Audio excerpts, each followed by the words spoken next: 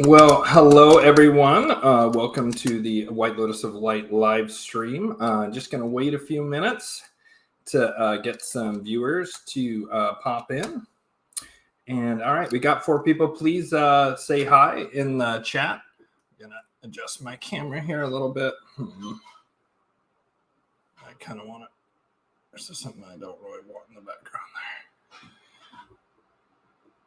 there. There we go. Okay. So please say hi in the chat. And so there's going to be Q&A in the second half.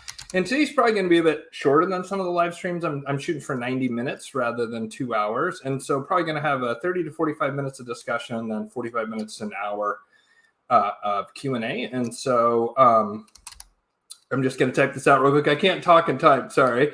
If you want to ensure your question is answered,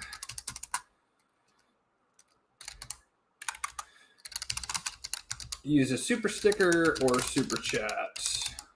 Thanks. All right, and welcome everybody. And I just got to pin this bad boy up. There we go. All right, so if ever anyone who's in the chat wants to say hi, I'll give you a shout out. So today, we got Sup Nup. Hey, nice price prediction on the XRP. Yeah, that's actually going to be one of the things we're going to talk about. I want to drop this camera down just a wee bit. That's one of the things we're going to talk about today because I personally see XRP and XLM as central to the, sometimes it's referred to as the quantum financial system. It'd probably be more accurately called the blockchain financial system. Man, that little thing is annoying me. I don't want it in the background. Sorry. Oopsies. Hit that. Lights as well. Okay. So anyways, yeah, I see XRP and XOM as being central to the so-called quantum financial system, or more accurately called the blockchain-based financial system. And I also see that system when it truly goes live, which is probably going to be, it seems, the first quarter of 2025 is when it's fully up and running. It's being implemented in stages. The bankers are extremely good, whether they're Molochian or Luciferian, at long-term planning, to put it very mildly.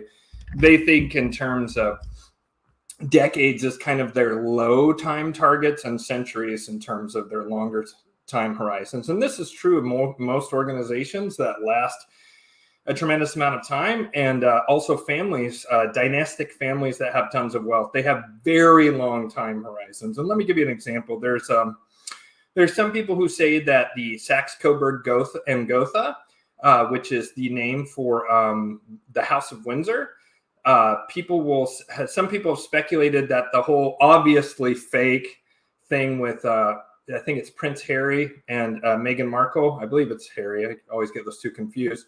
But Prince Harry and Meghan Markle is being done so they can move to the U.S., they can have a child on U.S. soil, and then in like 35 years, they can have a president.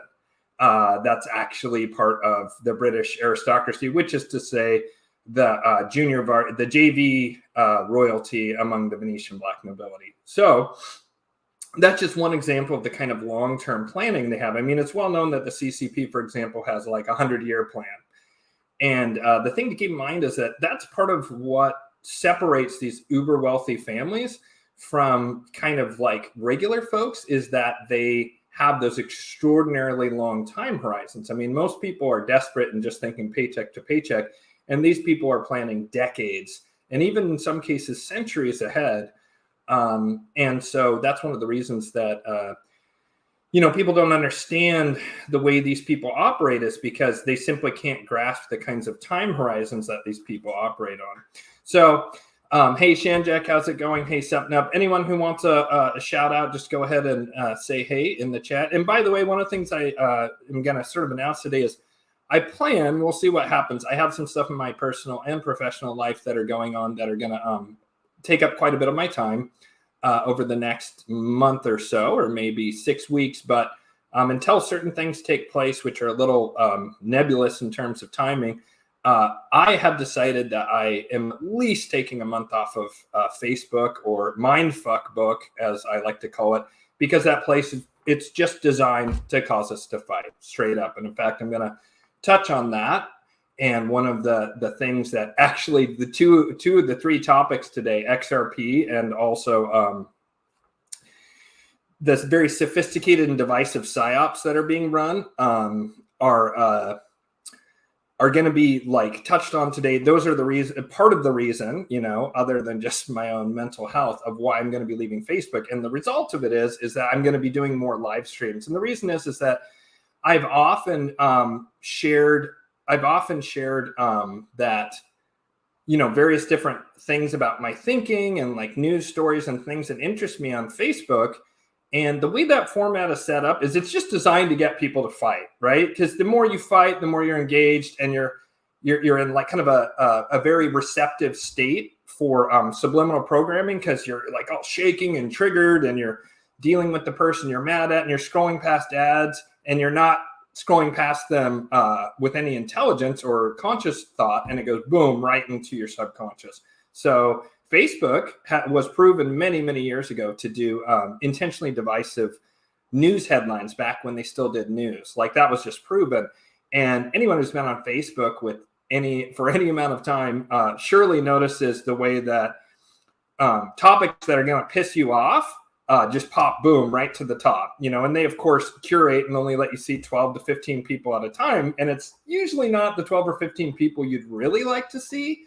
It's 12 or 15 people that Facebook knows are going to get you to engage. And one of the best ways to ensure engagement is to get you pissed off.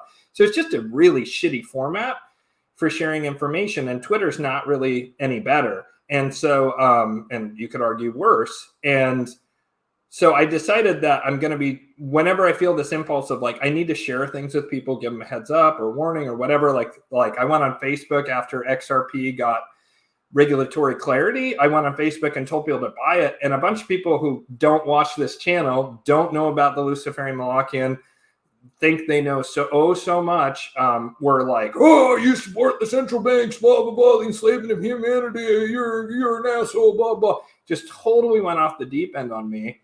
And I was like, I'm trying to help you. And also, let's say that your frame is right, that CDBCs and XRP are like part of this, you know, evil globalist plan, which in a certain sense they are, and in another very important sense, XRP, XLM, et cetera, in my estimation, is a Luciferian Trojan horse to trick the Molochians into accepting it right into the heart of their power center, which is the financial system and the fiat currency system that they meticulously put into place, again, with a long-term time horizon, since the Venetians basically dominated the banking world since, you know, whatever it was, you know, when they started, gosh, you know, I can't remember right off the top of my dome. It was probably like, you know, they were bankrupting countries not long after the fall of the Roman Empire and the Western Roman Empire. And so, you know, they've been doing it for centuries. And so since here, most people will have a context, or I can just point them to videos where I've explained my thinking in detail, I don't have to deal with that nonsense. So long story long, classic Ian style, I'm going to be off Facebook and on here more and doing live streams, so that way I can share with people. Because look, I'm not perfect. I make mistakes, and we'll get into that actually in my third topic about divisive psyops, because I'm actually not sure about something. I make mistakes, but you know, one thing that is something I'm sort of working on within myself is my emotional response to when people question my integrity and intent. There's a big difference between someone saying, Ian, you're wrong about this, versus Ian, you're evil and you're supporting pedos, or you're supporting globalists or whatever nonsense, right? And so I'm just kind of sick of that. And so I'm just going to come here. And so people who watch this channel will benefit by me putting out more live streams. I am massively busy the next couple of weeks in particular, and we'll try to get content up when and where I can. But there are certain things in my life that I will announce at an appropriate date that are really consuming a lot of my time right now. So with that epic preamble, and we're now have 10 viewers. Hi, by the way, beep, Bobo beep.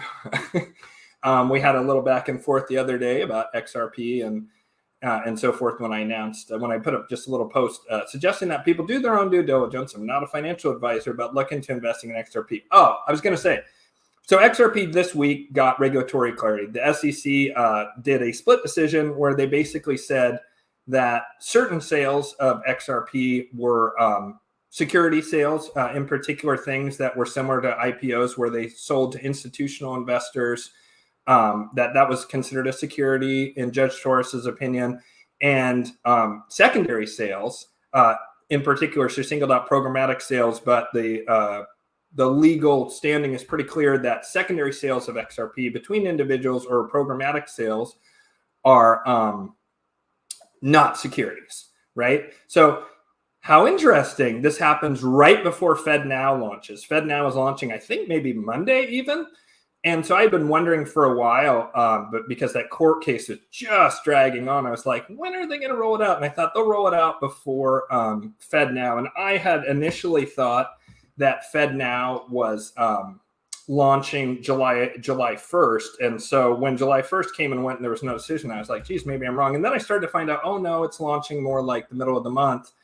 And it seems that one of the secondary providers sort of or third-party provider, meaning it's neither the Fed nor is it Ripple, is using the XRP ledger to do FedNow.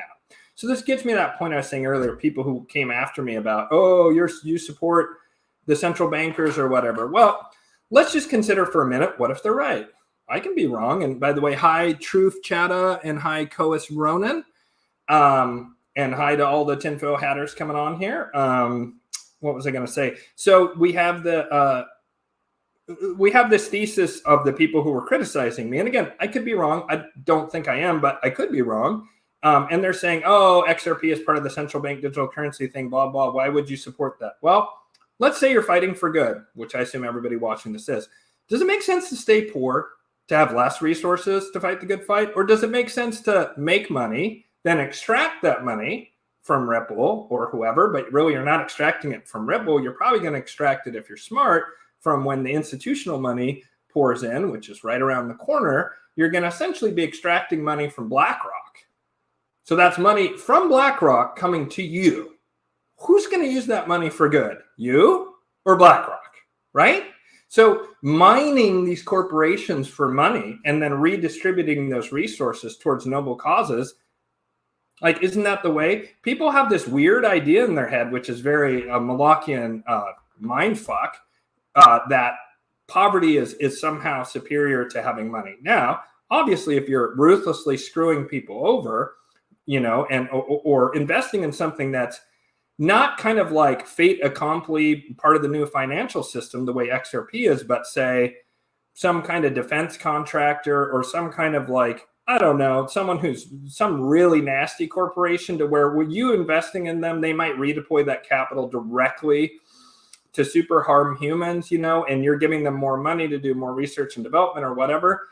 I mean, it's difficult to find that line between in investments, right? And for me, I feel very comfortable with investing in XRP and XOM because it's fait accompli, and also based on my research, based on what the angels have told me, and anyone who listened to me back in February or whatever that is sitting pretty right now with a 200% gain on their XRP.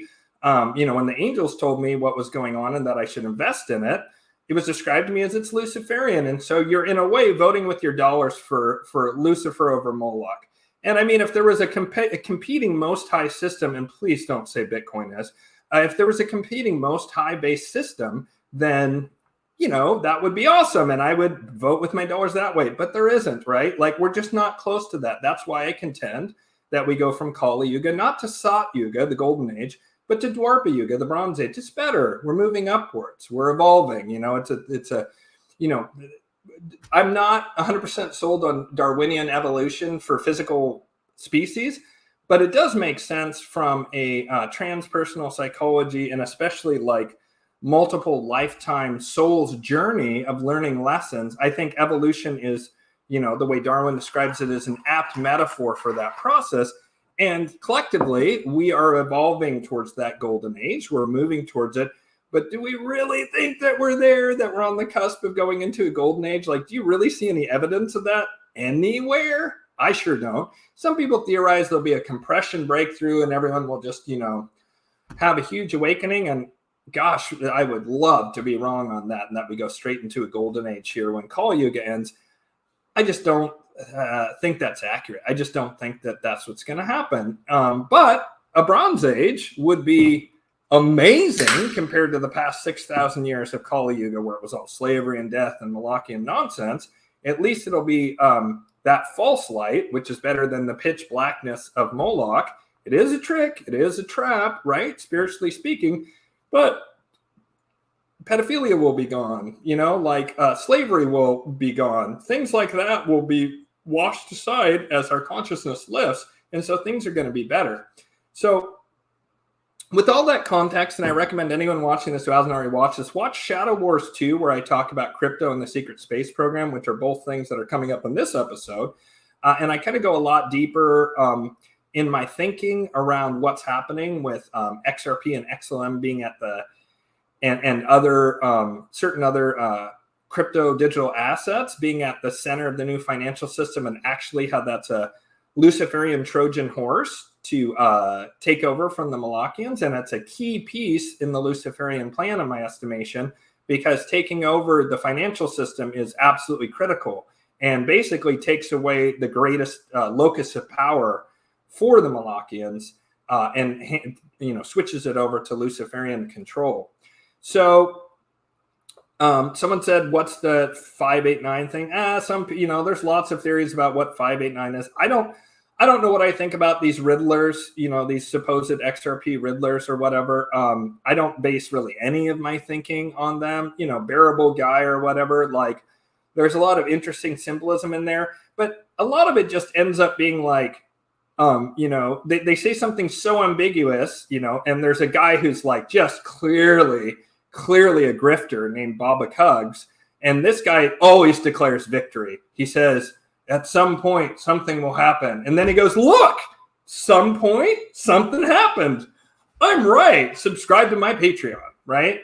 There's a lot of bullshit going on, and there's endless grifts. And, don't fall for any, send your XRP here, and then you get a bigger XRP airdrop. There's no such thing. There's endless scams on Twitter. People are trying to steal your bags, So do I think there's any significance to 589 like Beboop asked? Because that's an XRP related question. That's why I'm answering it here.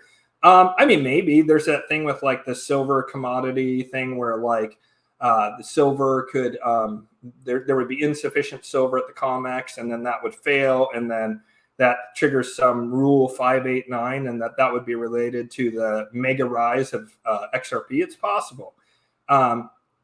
Another thing is that I believe, and I don't know how this is going to do this, because it would either require XRP to go to extraordinary heights, and even then that actually doesn't quite work, unless there's something like that Yashimoto's gold hoard or whatever, right, in the Philippines, or hidden sources of gold. For example, the Luciferians are already out mining the asteroid belt, which could happen. There's simply not enough of gold on Earth to back XRP 1-to-1. You could back it like, I can't remember the exact number, 10-to-1 or 100-to-1, meaning you could say if you have 10 XRP, you can trade it in for gold. There's no question to me that gold is going to be also ultimately, gold is ultimately at the center of any financial system, whether or not people realize it. It's the money of God. It's the money of natural law, along with silver. That's why every single religious text on earth treats it that way. That's why for as long as we have pretty much recorded history of any sort of trade, gold and silver have been used to some degree. I guess that's only technically true going back to Lydia or whatever, but it's been around longer than anything else, and there's a reason for it. And part of that is that gold and silver conduct electricity really well. And, as I often say, and I'm not going to get bogged down on this, and please, new people who are here who are going to try and convert me to flat earth, don't bother. I'm not going to insult you. Totally disagree. There's the globe. Oops, wait. Sorry, it's the reverse. There it is. I believe that the earth is too torus in shape, and that if there's anything being hidden at the poles, it's that there's ancient civilizational ruins, perhaps UFOs frozen in the ice, something like that. And or there's an entrance at the poles, and that's why people can't fly over the poles. And that's what's going on there, not that we live on a flat earth. And just as an astrologer in the motion of the stars and the heavens and the way stars move at the poles, where it moves in a spiral versus where it moves at the equator, where you see the Milky Way coming directly overhead, the way Venus star rises as a morning star and then sets and then becomes the evening star. none of that stuff makes any sense with it. So you believe what you want, but I'm not getting into that. The point of it is simply that I managed to lose my thread there. That boy, I'm just gonna skip because I derailed myself because I started getting frustrated around the whole flat Earth psyops thing in my mind. Anyways, so gold and silver. Oh yeah, the electric universe. I don't want people to think that the electric universe requires a flat Earth. Quite the opposite. They're not related to each other at all, in my opinion. But I've noticed, as part of the, in my opinion, flat Earth psyops, that they've been trying to take electric universe as theirs, which it is not. The electric universe theory essentially says electromagnetism is what runs everything. And as someone who is like, works in the esoteric realms, I will tell you that non-physical beings, and even us as beings, everything is electromagnetic in nature. And so gold and silver being awesome at conducting electricity, among other things, it's the currency of the spiritual realm, in addition to being the currency of the physical realm. For example, voodoo practitioners will summon their Loa, and they'll give offerings of gold or silver or copper. Copper also conducts electricity, but gold, silver, copper is kind of like the way that, in terms of efficiency, I believe gold is more efficient than silver at conducting electricity. It's certainly better in the long run because it doesn't corrode.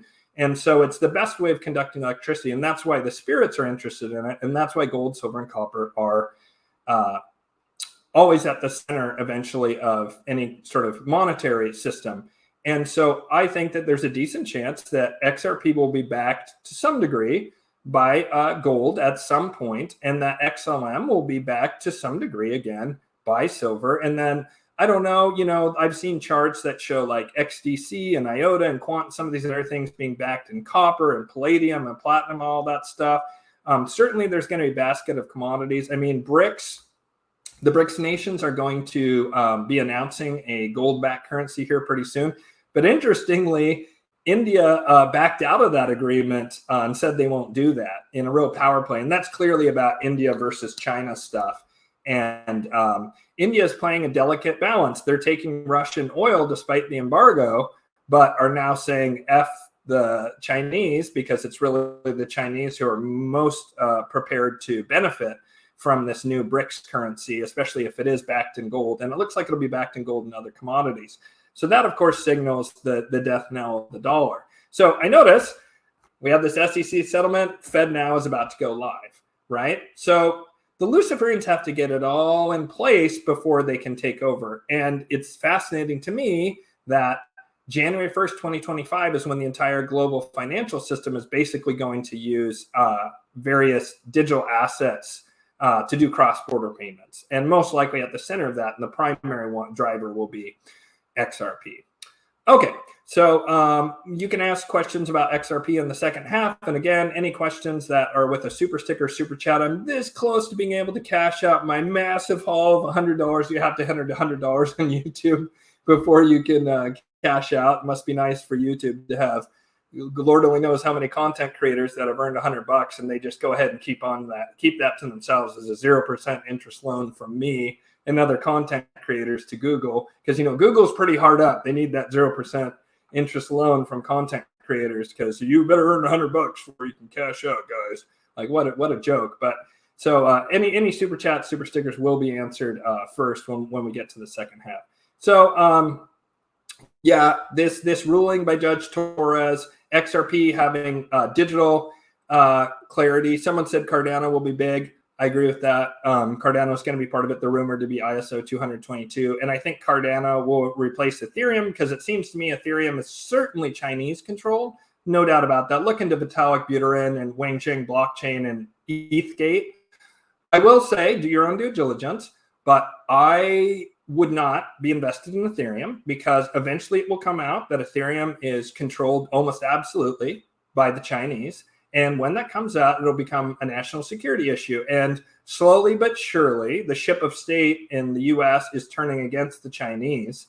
And when that happens, it'll become a national security concern. And at that point, I think Ethereum is going to get hammered. And Ethereum was kind of much as Bitcoin is, the alpha test of crypto in general. Ethereum is the alpha test of smart contract, sort of Web 3.0 operating system type crypto. Now they're adding smart contract capabilities to the XRP ledger with the hooks upgrade. I don't really understand.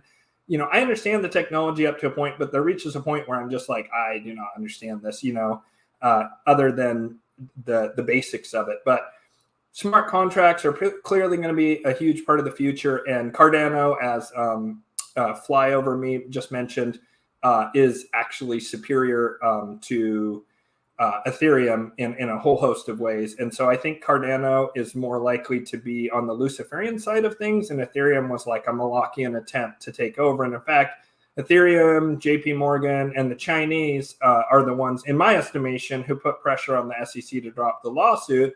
But the Luciferians let that happen in order to now XRP, along with Bitcoin, which has its own risks, in my opinion, which I'll get into in a second, is going to be the, it's the chosen one. It now has regulatory clarity. And I don't know if Bitcoin has legal clarity. I'm a little unclear on that. A lot of people say it does. Certainly the people have used their face mouth to say words.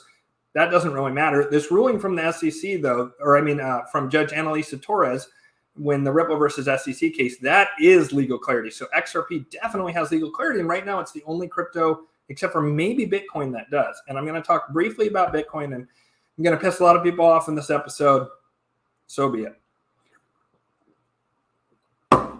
Risks with Bitcoin. Who's Satoshi, guys? Who's Satoshi? Now, we know that Homeland Security met with the 4 Satoshis. There's a internal audio recording that was leaked where there was a Homeland Security internal meeting where they talked about how they had interviewed the 4 Satoshis. It didn't come out who that was. Some people say Nakamoto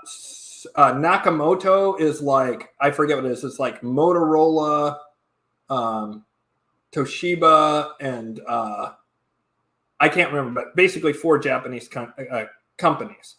Very possible. The Japanese are extremely good at technological innovation. They're among the best. Usually they do more technological refinement, and like someone makes something and then the Japanese perfect it. It's just part of the way that language works. It seems much like Germans are able to have fantastic engineering because of German language is like very, very precise, and it moves only in one direction, and it doesn't like suddenly change the way English does. And so that makes for great engineering, just the way that the brain architecture of like Germans and Japanese work. It just ends up that they're great at refining things. So that's one theory. Another, in my opinion, much more likely theory is a white paper came out from the NSA, and I want to say 1996, but sometime in the 90s, where they more or less described Bitcoin. At the time, interesting XRP connection, David Joel Cat Schwartz, the head of the chief technology officer at Ripple, was working at NSA at the time. As I've said before on this channel, I see the CIA as a primarily Molochian faction, and I see the NSA as a primarily Luciferian faction. So again, you start to see that Luciferian Molochian kind of dynamic here, and Bitcoin, is the first one to come out. Now, in order for it to come out, I imagine that they had to bend the knee to the Molochians and convince them that they would have control and that they do what they want. The thing that concerns me about Bitcoin is, first of all, people talk about the Lightning Network and whatever, and like, I think the Lightning Network lets you settle in like 5 to 15 minutes, something like that. XRP settles in 5 to 15 seconds. Now, which is going to be preferred there? Obviously, the one that goes more quickly. Bitcoin may continue to be digital gold for the rest of our lifetimes. I just don't think so. Bitcoin, to me, looks like a Trojan horse by the Molochians. It looks like it's libertarian, right? It came out at the right time after Occupy Wall Street and so forth, and the financial collapse in 2008. And it was touted as this libertarian thing. But there's certain things that make me think it's a Molochian gambit. First of all, there's those 2 million Bitcoin, I want to say it is 2 million that the Satoshi wallets hold. Now, I can't remember the current amount of Bitcoin that's out there, but I want to say it's 12 million-ish. with 9 more million to be mined. It might be 15. I don't think it's higher than like 18, but consider 2 million. Like, that makes Max Kaiser, who, man, that is one dead-eyed motherfucker. That guy, man, I used to like Max Kaiser, and my ex-wife of many, many years ago was like, yeah, but look at how dead his eyes are, Ian. And I was like, oh, yeah. Well, I mean, that guy is a billionaire now because he got in Bitcoin super, super early, and wish I had listened to him just from a money-making point of view. But, you know, he worked for Russia TV. Another theory that's out there is that the Russians somehow made Bitcoin. I find that a little hard to believe. That just doesn't fit for me. I would think a Chinese source would be more likely than Russians. I just don't think the Russians like had the technological capability at that point to like really put out something groundbreaking like Bitcoin. Perhaps I'm wrong, but that's another theory that's out there.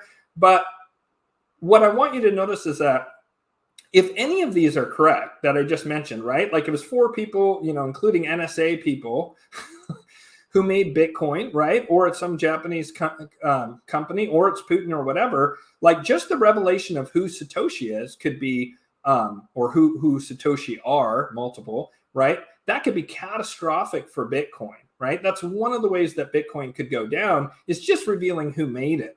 Because right now it's some magical, libertarian, wonderful, shining white knight who wants to remain anonymous and oddly hasn't touched their 2 million Bitcoins. Like, how does that make any sense to anyone that they haven't even touched it? Like 2 million? Like, I don't know what the math is on that, but is that 20 bill? Something like that. I mean, it's a staggering amount of money. And why wouldn't they have cashed out at some point, some of it? Who does that? No regular person would do that. The only people who could afford to do that are people who are incredibly deep-pocketed, talking, you know, 10, 100 billionaires, or it's a government, right? It's like, it's got to be a government. And to me, the most likely suspect is the US government, and that it came out of the NSA specifically. Another thing, and I haven't seen this mentioned in years and years and years, is that there is underage, right? Molochian, underage pornography that's embedded in the blockchain of Bitcoin, like JPEGs or whatever. That has long concerned me, and it's one of the reasons I refuse to hold Bitcoin, because imagine you have Bitcoin on your computer. They can now say, oh, you have underage pornography, you're going to prison, right? Like, and that's another thing, is that they may have poisoned the well on Bitcoin by inserting that into the blockchain. And I don't have a citation on that. Look it up. I mean, unless it's been scrubbed from the web, it's out there.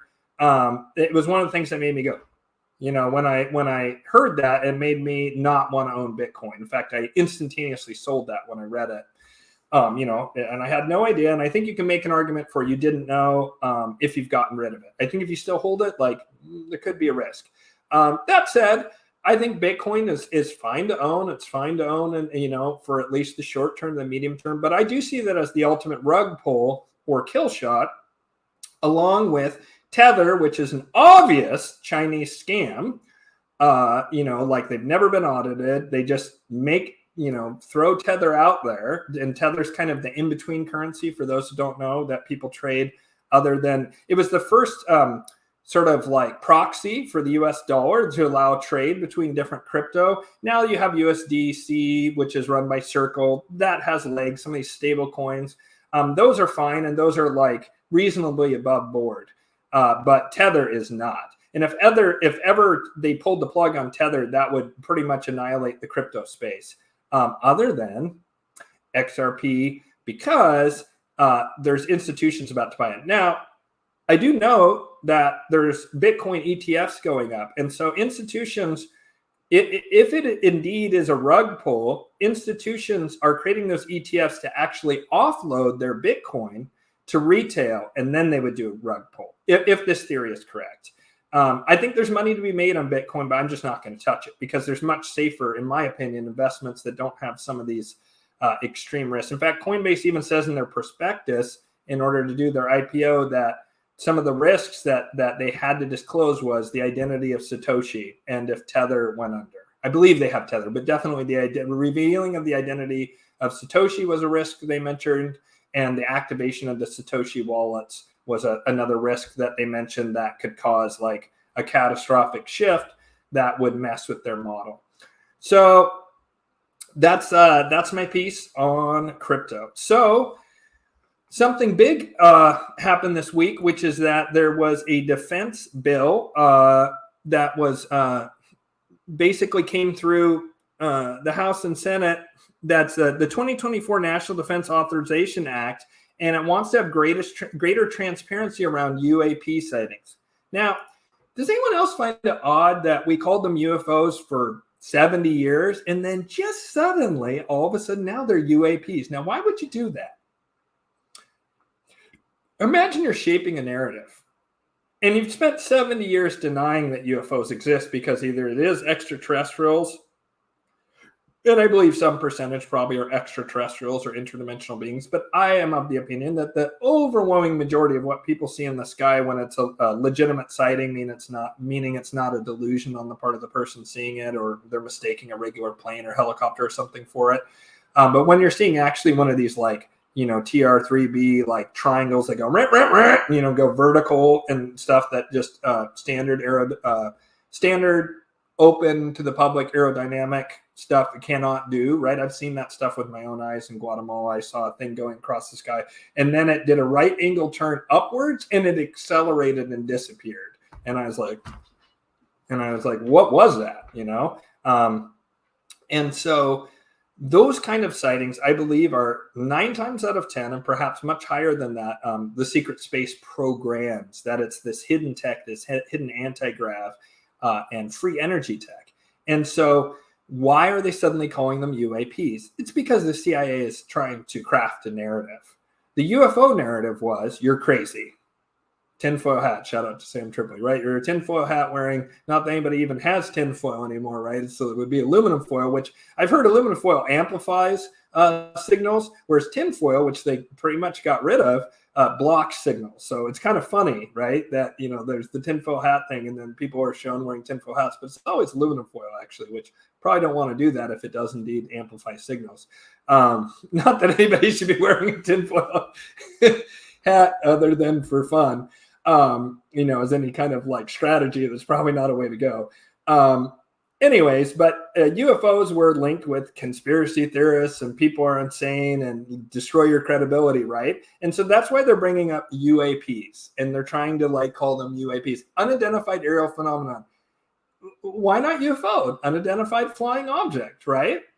And it's funny because UAPs doesn't even cover everything, because sometimes some of these things have been seen underwater, which is very fascinating.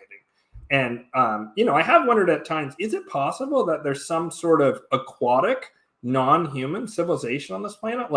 Could there be some cephalopod species we've never seen that lives in the deep ocean that has its own civilization? There could be alien bases, meaning extraterrestrials or interdimensional beings, whatever, that are on the ocean floor, because some of these vehicles that have been seen are underwater. So UAP, it has the word aerial, and flying and aerial are basically interchangeable. Phenomenon and object are very close to interchangeable. So why the sudden shift? And the answer is that with UAP, they want to create a new narrative. And that narrative seems to be they're a threat. So most of us are familiar with the Project Bluebeam, right? They'll come down to fake an alien invasion. I talk about this a lot, but the Luciferians would then use that as a moment to do their grand takeover from the Molochians, because the Molochians would let them put all that technology over cities all over the world, but in particular North America, also, basically the European diaspora, right? And possibly they would go into China as well. That one's a little trickier because I don't think they're on board with this currently, this kind of stuff. But they would at least do it all, everywhere they could. They would use these UFOs, right? They would use this hyper technology, or ultra tech, as I sometimes call it, in order to do a fake alien invasion. Well, we talk about that a lot, and I think that that's worth considering. You can go back to that Shadow Wars episode 2, and I talk about that a lot more. And it's amazing to see how much disclosure there has been this year. And Stephen Greer did this. He did a release, and Stephen Greer is one of those people I just don't know what to make of him. I really just don't know what to make of him. I mean, it seems on the one hand like he's been doing really good work and releasing stuff and so forth. But I've been wondering as of late if perhaps he has a, and I'm trying to find something to show you guys here. Oh, there it is. There it is. I want to show this to you guys here in a second because this is wild to me. So hang on just a second. Let me go back into the stream. There we go. Stephen Greer has been saying for a long time, no, aliens are good. They want to protect us. They've shut off nukes and stuff like that, all of which is true in the sense of those events have been reported. Most famously, there was that missile base up in Montana, and apparently the UFOs even went in the silo and deactivated the nukes. And what's funny about that is they didn't have digital nukes back then with software. They had an internal guidance system with like gyros and all kinds of crazy old school 50s and 60s tech or 70s tech. And so these UFOs went in and actually deactivated a mechanical guidance system, which is super wild. He's been like, oh no, the aliens are our friends and it's the governments that are bad, right? So one of the things that's been disturbing me as a potential alternative to scenario to how they could do this global takeover using aliens, fake aliens, and a fake alien presence to achieve that, is it doesn't have to be an invasion. What if aliens came down and they said, humans, you have been poor stewards of the planet. You must now give all control of your governments to us, the benevolent aliens who will fix the environment, right? Because there's a lot of talk about how extraterrestrials want to protect the environment. I actually can believe that. I can believe that there's good extraterrestrials, that they don't want us to have nuclear war. They want to have to protect the environment. Them coming down and saying that we have to cede all governments to them, that would be a pretty big tell to me that it's actually a hidden human hand, or perhaps evil aliens who are wanting us to just surrender without firing a shot in order to give them control of the planet. I would suspect it'd be more likely that it would be humans, because if it was aliens who have this super advanced technology, why would they hide? The only reason I can think of for evil aliens to hide their presence is not because they're worried about a bunch of monkeys, right? Us, forget that for a second. A bunch of humans, right?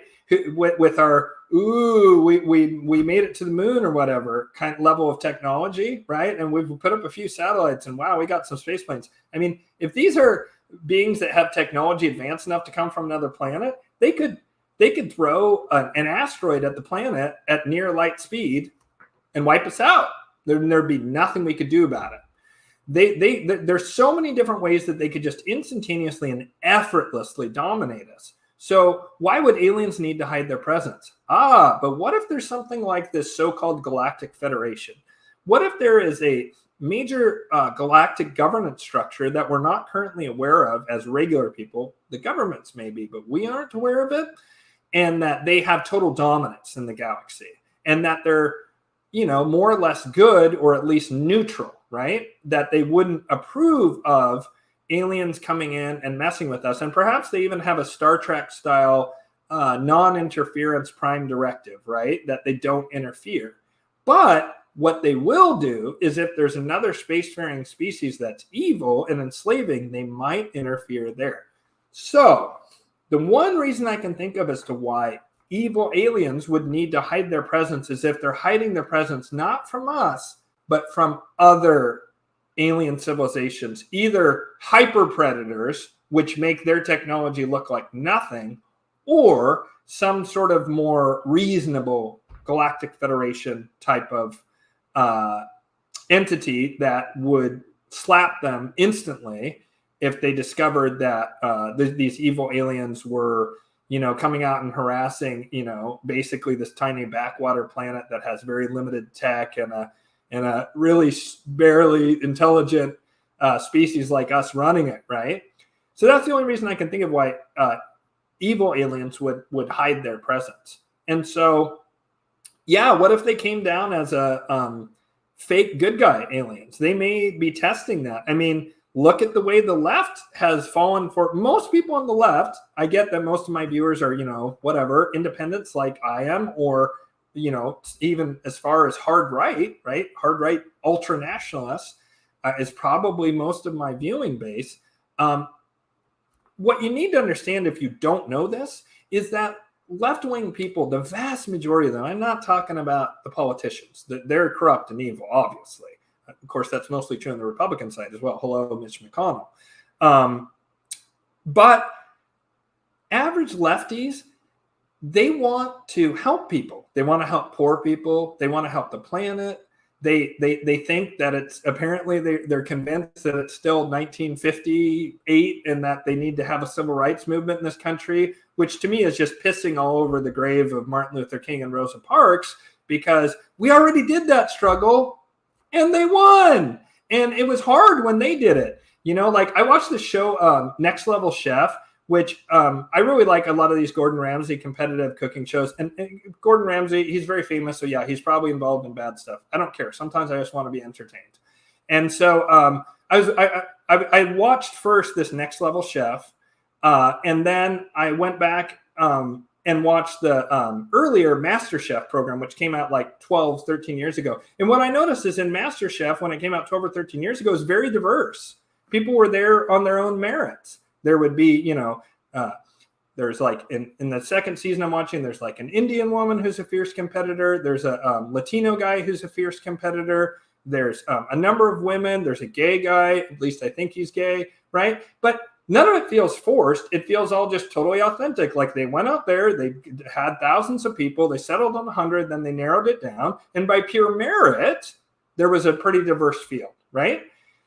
You watch these Next Level Chef ones, and it's so obvious that it's CEI, DEI bullshit, where they're doing forced, you have to hit certain diversity checkpoints. I mean, like 40% of the men, or maybe 50 or 60% of the men in the second season were gay. It was pretty clear that it was like fait accompli that they would have this lesbian woman who was like, had worked in a Michelin 3-star restaurant, that she was going to win. And that whole time, this woman's saying stuff like, oh, I just want to be able to show young girls that finally there can be a female chef on par with men. And I'm like, Julia Childs came out in the 60s, girl. There's a big thing on the left where they're just all really sad that they didn't grow up in the 50s and 60s and get to participate in a real civil rights movement.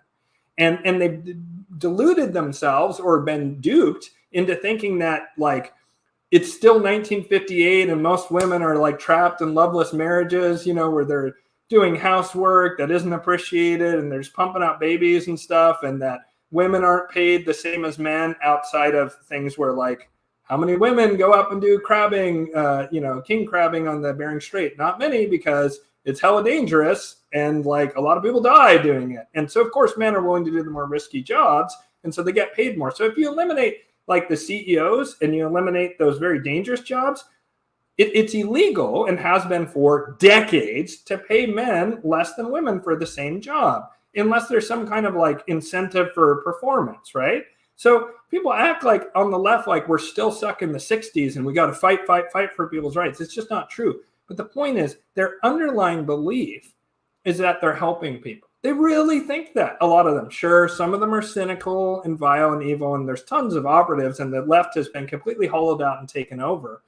But I still know people who I used to be friends with, and they are good people.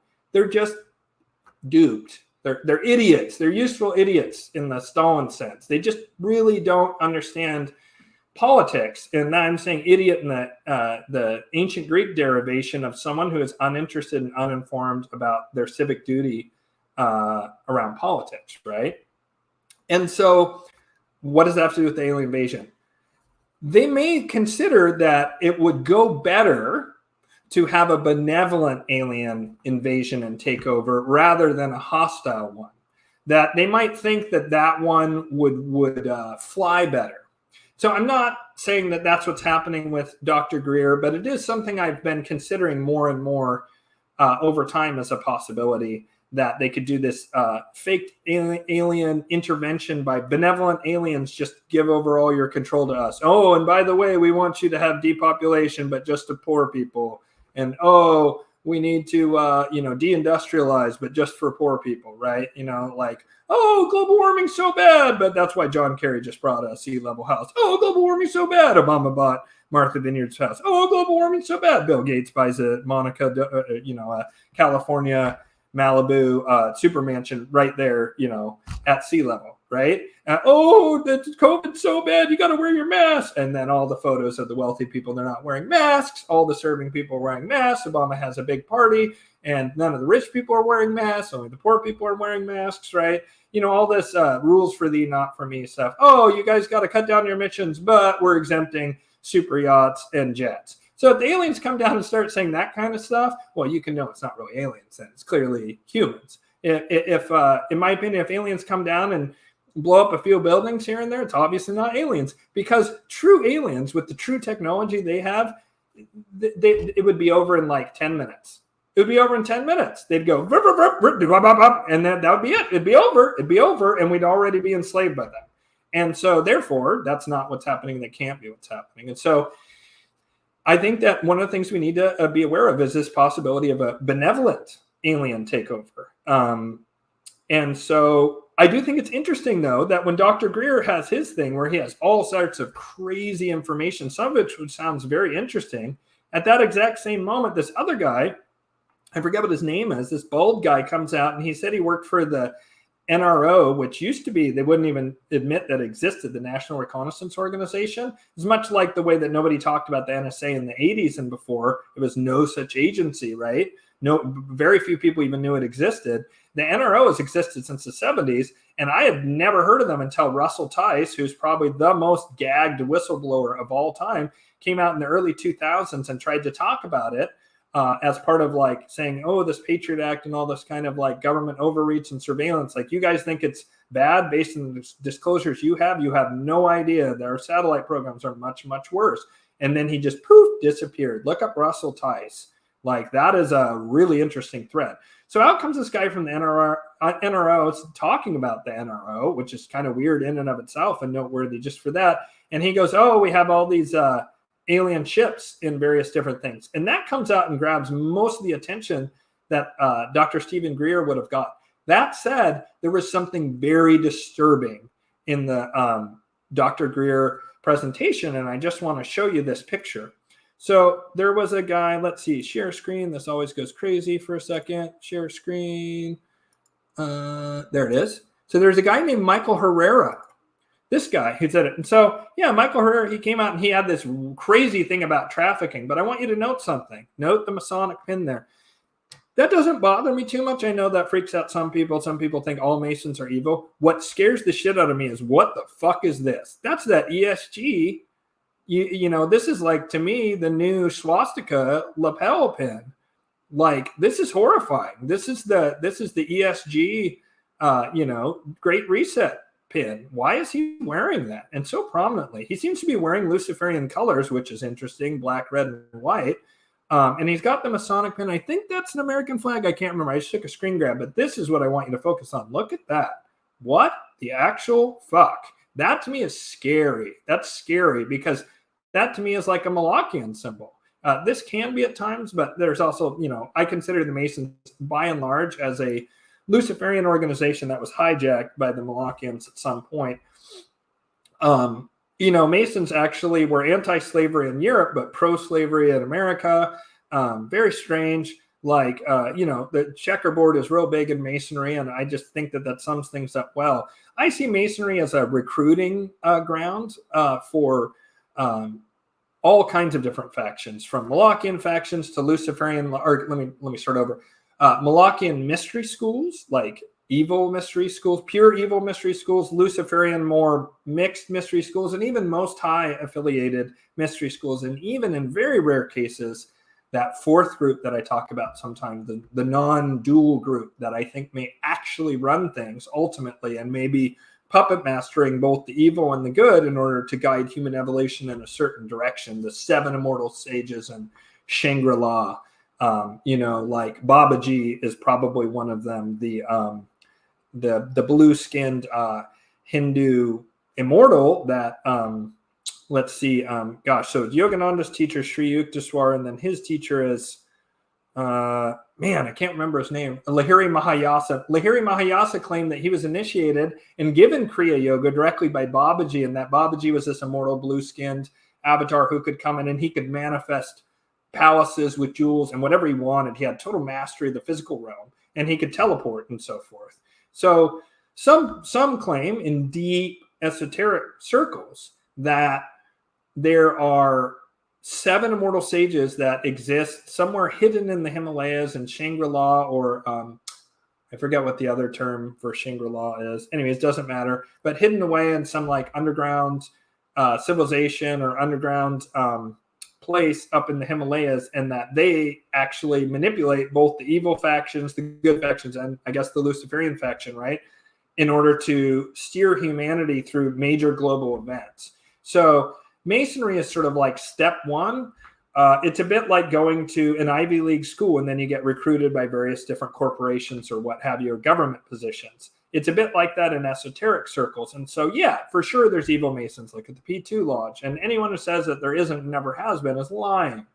And also, anyone who says that all Masons are automatically evil is also lying. I am not a Mason, as I say many times.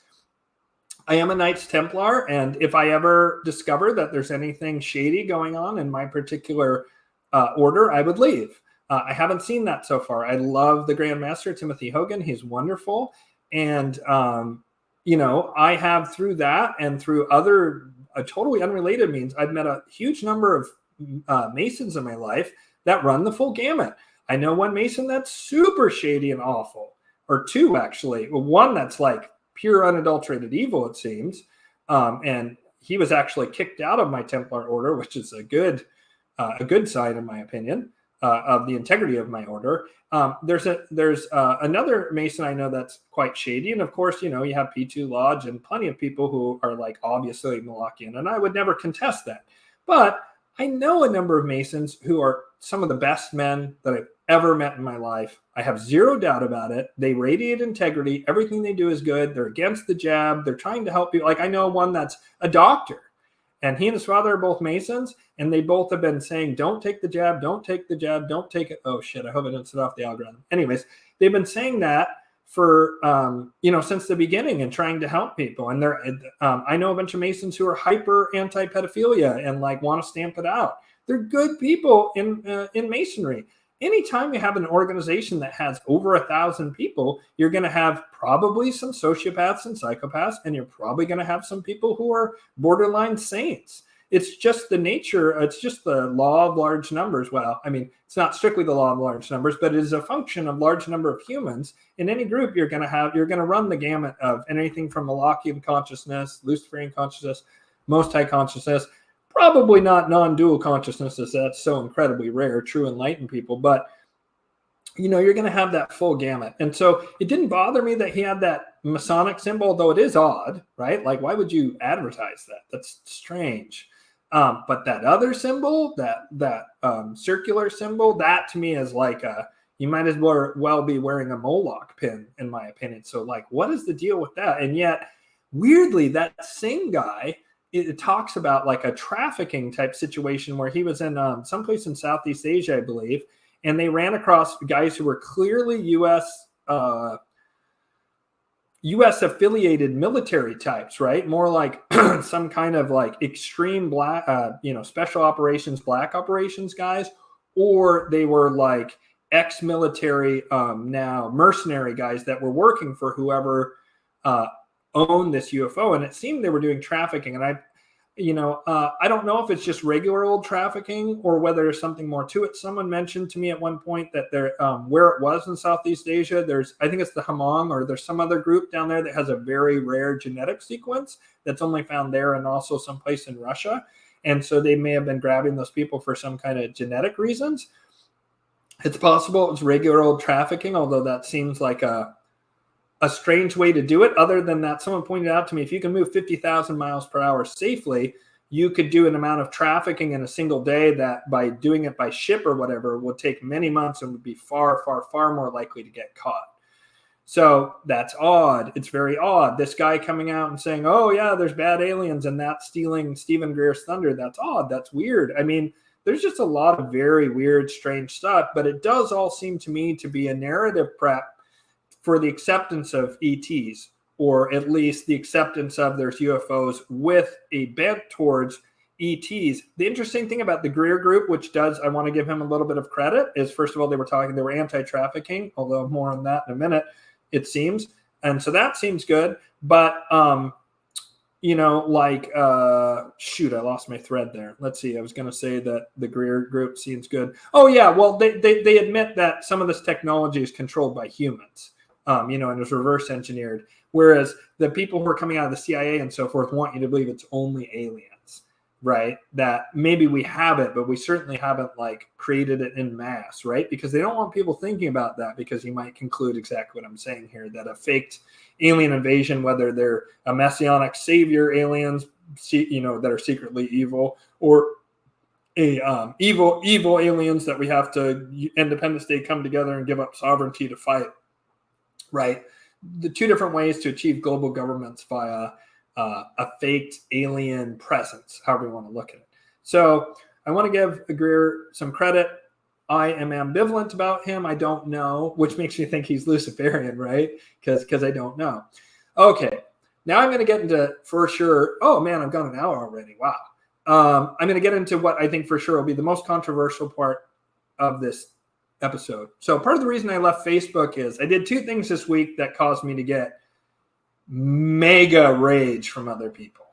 One of them was talking about XRP and people who are Bitcoin or Ethereum maxis, or they don't have the same frame I do that see XRP as a, you know, a Luciferian Trojan horse. Excuse me. They, you know, shredded me for that and just were gigantic assholes and like got really personal. I blocked some people. Some people really went off the deep end about that. But boy, oh boy, that was nothing compared to the other thing. Okay. I am agnostic about this issue because I see really good points on both sides. I'm going to piss so many people off when I say this. Even to mention the possibility is going to fill people with rage because it's an emotionally explosive subject. I think one thing all my viewers agree upon, and the funny thing is in this gigantic rage fest on my Facebook page, and I mean, it was filled with like rage and like murderous impulses. Like it was crazy. Like I had to just stop paying attention. I didn't want to delete it because generally speaking, you know, I'm a big believer in freedom of speech. I mean, I do think like, you know, yelling fire in a crowded theater or antagonizing people to commit violent acts, both of which are already illegal. You know, I'm not a free speech absolutist, but I'm pretty close. And so I didn't want to delete the thread because so many people, like I think I had 150 plus comments and it's going, and I'm sure I'll come back. I'll be 800 comments if I come back after a month. If it keeps going, but people were getting heated and nasty. And what it was last week, Sound of Silence came out. Or I keep calling it Sound of Silence. So weird. Why do I do that? Oh, because of that song, The Sound of Silence. Sound of Freedom came out last week, right? Caviezel, Gibson, and Bullard. So when it came out, there was instantly all these memes discrediting Mel Gibson and Caviezel. And I thought, oh, my first impulse was, this is a blackpilling operation by the CIA to discredit this. They want to get people to not watch it, not pay attention to it. Google would suppress results on it, according to a friend of mine. I didn't see this for myself, but you would say showtimes locally for Indiana Jones and the complete epic failure of Harrison Ford's career. He just shit all over his own career for woke CEI, DEI nonsense and further emasculation of white men. And also, how the hell do you have an 80-year-old octogenarian action hero? Like, what the hell? What a dumpster fire. But anyways, you would immediately find showtimes. If you typed in A Sound of Freedom, it wouldn't show showtimes. So the combination of all those things made me think initially, and again, I'm agnostic on this at this point because I've seen super strong arguments on both sides. It seemed like there was a blackpilling operation. As I often say, don't fall for blackpilling operations, like when people would say, oh, it's just a hoax, there was no train derailment. And that distracted from actually there was a train derailment in East Palestine, Ohio. And it was tragic. And I knew people who could see the plume from their house. So, I mean, like, you know, I knew for certain it was real. And there was this huge operation in the truth community about how, oh, it was complete hoax, never happened. And that was a blackpilling thing to distract people from it when, you know, the real answer was that it happened and they didn't want to take responsibility. And also likely, I think it's to take advantage of Agenda 2030. And if you toxify the land, then you can seize the land, right? And there's been way more train derailments since then. Point is, blackpilling operation that discredits the truth side of things, right? They suppressed the media as long as they could, and when it couldn't be suppressed anymore and truth was coming out, they immediately rolled something out in the truther community to blackpill people so they wouldn't believe it and cause divisiveness and fighting in the truth community. So my initial impulse was, all these memes were created by the CIA meme department, which if you didn't know, CIA has a meme department. So whenever you see a meme, especially a very sophisticated, very powerful meme that comes out instantly with an event that's just really, really juicy and perfect, you might want to ask yourself, how realistic is it that someone had that meme, was able to make that meme same day? I've made some pretty good memes same day, but there's a decent chance it came out of the CIA. I mean, the very fact that the CIA has an entire branch for, or working group or whatever for memes should tell you right there that you need to be skeptical of memes when you see them and not just take them. And memes are very powerful because they're short and sweet. There's a picture. They're very persuasive and powerful. In our short attention span theater kind of culture, memes trump sophisticated arguments with citations, right? People see a meme and they have a reaction to it immediately, and they just run with it. Boom, and I will be answering questions on the side. Again, if you do the super sticker or super chat, I'm like $15 from the $100 threshold, something like that. I would love to hit that just to get it out of Google's hands. But I'll answer questions as best I can, but I do need to go in about an hour. So I'm going to just get through what I can. Let's see here. So yeah. Okay. Sound freedom. So then I started seeing really compelling stuff showing how, I forget what his name is, Donald Walsh or whatever, the America's Most Wanted guy whose son famously was supposedly captured and killed by a pedophile, and they found his head floating in a drainage canal or some nightmare shit. I guess that guy's daughter has come out as a whistleblower. I haven't been able to track that down yet, and said some strange stuff about it. But Walsh led directly to the creation of the child exploitation hotline or whatever, which if you look into that I am very close to certain is unfortunately a controlled opposition that the Molochians put into place. So that way you could call, and if it was a low person pedophile ring, then they would maybe go bust it. But if it would go up to the highest levels of politics, right, like Epstein or whatever, they would nip it in the bud and they would know there's a leak. And they used it for that reason. That, to me, based on this video I saw on Rumble, seems almost certainly true. So some people are saying that Sound of Freedom is in the same vein, right? And they're going to build credibility here. And then the goal is to, the same day that came out, the WF put out something about microchipping, I think even of children. And that there will be a push that comes out of this that's, forced into the right wing especially, right? Like, who would never chip their children? Who would need to be convinced and tricked to chip their children, right? Because if you chip the children and you wipe out the adults, you have chipped humans, right? So it would be right-wingers who would be reluctant to chip their children, to put it mildly, right? I would never do it under any circumstance personally, but a friend of mine who's a very good man, and he's like me, he's one of my very best friends. I love him very much, and I won't say his name just out of respect for him. He had just seen that movie, and I kind of said to him offhand that there's a blackpilling operation to try and say it's about microchipping of kids, and there's no evidence of that because nothing in the movie points towards that whatsoever. I haven't seen it, but that's what people have told me. And so, he said, well, I have my dog chipped, and because his dog runs off a lot, it's a rescue dog. He's like, well, I have my dog chipped. I would consider chipping my son because, God, I would hate to, there would be a great way to really quickly catch the pedophile before they could get away and take my son into trafficking. And I was just like, holy shit, you would even do that? And he was like, yeah, I mean, I'm pretty scared. And so, I was even kind of giving him a heads up in this conversation. I eventually talked him out of it. He saw what I was saying.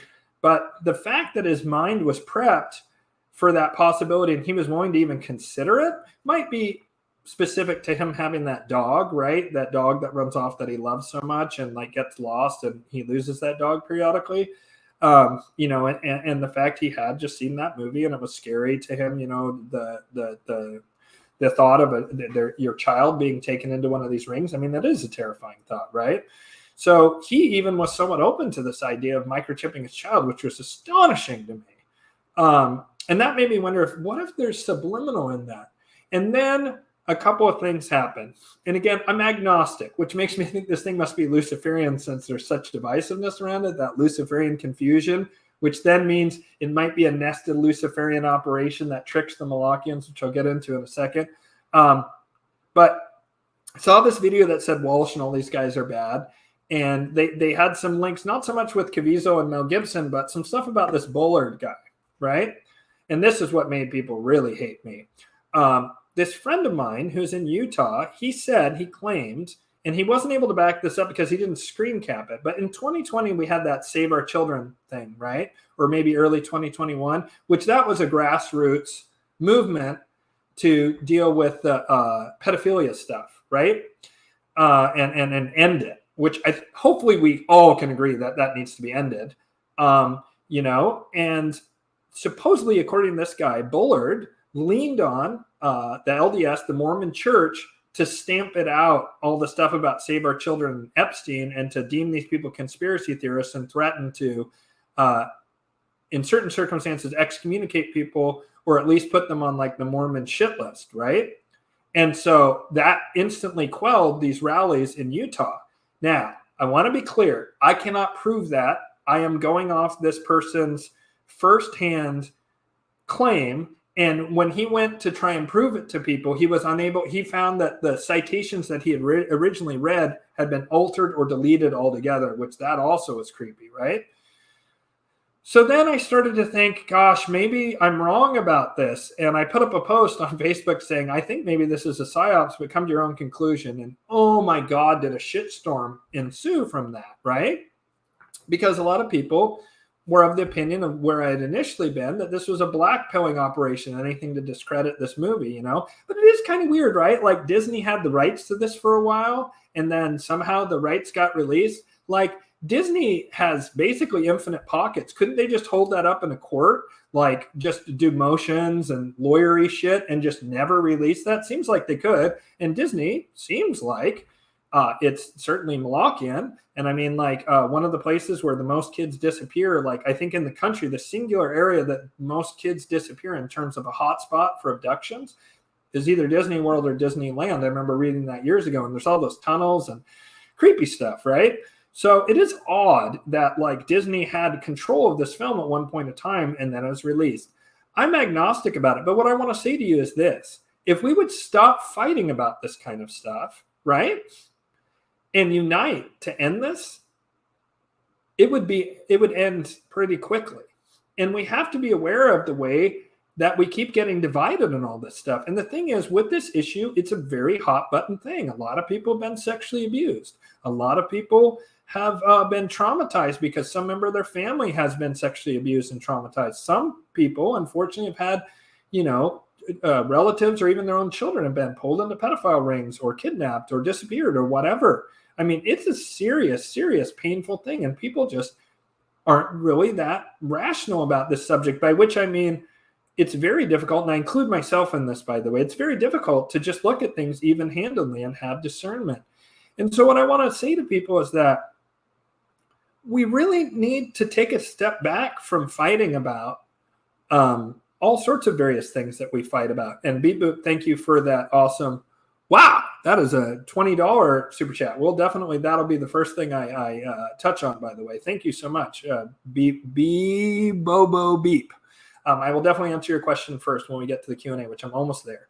But what I want to say to people is that, look, we just need to come together on this issue. And we need to stop fighting with each other all the time. We need to stop fighting with each other about flat earth and terrain theory and whether nukes are real, whether birds are real.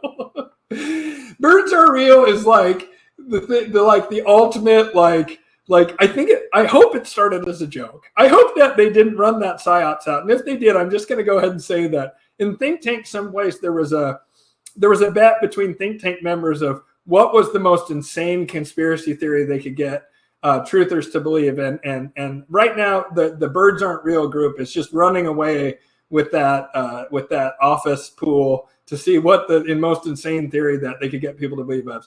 Tartary, mud flood, all these like theories that are, they except for birds are real and flat earth, they could be real, right? Like it is possible that train theory is correct. I don't think so. I think that it's just odd timing to me that train theory comes back. Look, if you eat McDonald's all the time, obviously you're more likely to get sick. If you never work out and you eat McDonald's all the time, you're more likely to get sick. But I'm talking about the hardcore train theory people who say shit to me. Like, I literally had a woman say this. I said, so do you believe in train theory to the point to where you would go into a biosafety level 4 lab and lick a petri dish in Marburg? And she said, yes. And I was like, that's a level of certainty that I will never have. Why? Because let's say I was 99.999999% sure that train theory was correct. On the 0.00001% chance I was wrong. Have you read what Marburg does? Holy shit! Or rather, unholy shit, as you shit out your guts and bleed out the eyeballs and all the other horrific nightmare ways that you die from Marburg. Like, how could you possibly have that much confidence in anything? My point is that there's a ton of division about all these things. Just a relentless amount of division around all these things. And we need to start recognizing that we're getting played with these fake psyops and hoaxes and so forth. And we need to just keep our eyes on the prize. And we need to keep focused on doing what we can in our community and spending less time arguing with each other on social media. There was one last point I wanted to make about this. Oh, yes. So here's one option that I think is likely because of the amount of confusion around this subject in particular, this sound of freedom and like who's good guy, who's a bad guy, controlled opposition, this whole theory that I've run through. And again, I'm agnostic on it at this point. Like I kind of think in a certain sense it doesn't matter. And here's why. It could be it's a Luciferian gambit, right? Like they talk the Molochians into this chipping thing, and that's why the WF releases it. And they tell the Molochians, we're going to have to create credibility by not talking about it in the mainstream, limiting the Google search results, blah, blah. By the way, they do that. They do creating false credibility by suppressing things. Andrew Tate being an example of this to me, right? They're trying to make Andrew Tate look like a hero just because he's suppressed when that motherfucker's a grifter. I don't care. I don't care what anyone says. Andrew Tate is a grifter. He takes advantage of young men who want to emulate his lifestyle. And regardless of whether anything else, he has ripped off thousands of, shut-in guys who want to live the Andrew Tate lifestyle. That's the bare minimum. He's also, he pimped out those women on doing OnlyFans and then, kept them to himself and kept 80% of their profits, right? I'm not saying straight up trafficking, but kind of like digital pimp action there. Like he's bad news, and yet he gets all this credibility. I was really disappointed that Tucker Carlson interviewed him. He made some great points in there, of course. Like someone's giving this guy good information, but he's just not a credible figure in my mind. But he's given credibility on the right because he's suppressed. Yeah, I know he's talked about trafficking. Good for him. I could definitely see Tate being a Luciferian, perhaps, but he's definitely a grifter any way you slice it, regardless of anything else about this guy. And so the Luciferians tricked the Molochians into releasing Sound of Freedom based on that they can use it for this chipping agenda, right? And then what does it happen? And here's why it doesn't matter. It doesn't matter whether it's controlled opposition or not in this sense. It is going to raise awareness around trafficking. And that's what we need because the great masses aren't aware of it. And I think that whether it's you want to go the darker route and it's Molochian controlled opposition, they might have been too clever by half, thinking that they could create this framework for chipping people when in fact it's going to raise awareness of trafficking, which was denied for so long that a certain amount of people, even on the left, are going to go, holy shit, the right-wingers were right about something again. Gosh, maybe Biden isn't a good guy. Gosh, maybe woke agenda and ESG and stuff aren't good. Gosh, I have some thinking to do, right? So that does lend itself to the theory that it's another example of how the Luciferians are tricking the Molochians into exposing themselves with this, the kind of like the whole thing I say about like Klaus Schwab it looks like they found the least appealing human being on earth that triggers the most amount of red flags. Ja, und I speak in the master race, Hollywood villain Nazi voice, right? That's the spokesperson for this great reset, really? And then they're like, hey, Klaus, why don't you tell them they'll eat bugs and be stuck in a pod? You eat the bugs and be stuck in a pod. Is that playing well right now? Do the masses like this? Yeah? Oh, thank you so much. I'm really getting off on this ego trip. Yeah, Here, have some more rope, Klaus. Have some more rope, Klaus. So could be it's a Luciferian thing. Point I want to make is when we disagree on the margins, that's not something to get super heated about. And if you're getting super heated, we're getting played to some degree, and we need to stop it because we really need to come together, because we should all agree that trafficking has to end. And if you think it's a controlled opposition, which is kind of where I'm at right now, but I'm not sure, right? Although it could be this Luciferian nested objective, and I'm kind of coming around on that idea, right? This tricking them into revealing themselves in order to push the chipping agenda, when really that helps build this case for the Molochians are pedos and to eventually wipe them out and then take over, right? So regardless of what's going on here, we've got to stop getting so heated. And I want to include myself in that and take responsibility. As an astrologer who looks at the stars and pays a lot of attention, I get really heated about flat Earth, as you've seen if you watch this channel at all. And it doesn't really matter. I do wish the flat earthers wouldn't try and inject it into every conversation and try and get all truthers to agree on it, because why does it matter? It don't matter none. It just doesn't matter. But we shouldn't be fighting about it, and that includes me. So I want to take responsibility for that, and I'm going to try and, like I did today, just very simply explain my position, and then people who are flat earthers can say whatever they want, right? Q&A. First up, Beep Boop. Or B Bobo Beep. Dude, that is a tough one.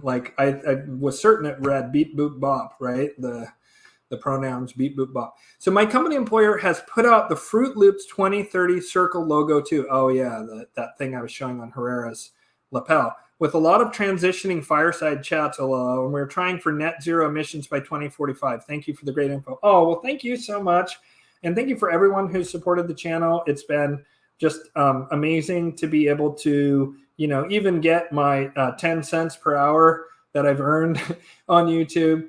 But every little bit helps. And this is going to put me over the top, I'm pretty sure, to where I can cash out. So thank you so much, Bobo Beep. And yeah, I was very disappointed. One of my heroes, Paul Stamets, was talking about net zero emissions and fungus. And it's this is a good example of how someone on the left is a good person. Paul Stamets is certainly a good person, but he's bought into this net zero thing because he thinks he's protecting his grandkids or whatever. And so that's a perfect example of how people on the left are duped, but they're duped generally for the right reasons. Yes, there are cynical people. Yes, there are people who want to parlay their mental disability or whatever into clout and power in society. There's certainly people like that, but the great bulk of people on the left who are going along with the jabs and going along with the lockdowns and the ESG and all this kind of stuff, they're doing the wrong thing for the right reasons. And we need to have compassion for that. So thank you so much, B Bobo Beep. And then I'm going to go back to the beginning, Vincini. Supnup says, hey, nice prediction on the XRP. Well, credit to the angels. I didn't even know. I had vaguely heard XRP a few years ago, and the angels got me in at the perfect time. I mean, unfortunately, I didn't do everything at 37 cents, but, I did the vast majority of my XRP accumulation. I think my cost average is below 50 cents. So I'm up, whatever that is, 60%, something like that, 40%, which is nice. And it's only the beginning. By the way, quick note on XRP. Do your own due diligence. I'm not a financial advisor, but my strategy is thus. I have seen a great number of excellent technical analysts, including the market sniper, Francis Hunt, who I think is among the finest minds out there. That guy's Luciferian as fuck.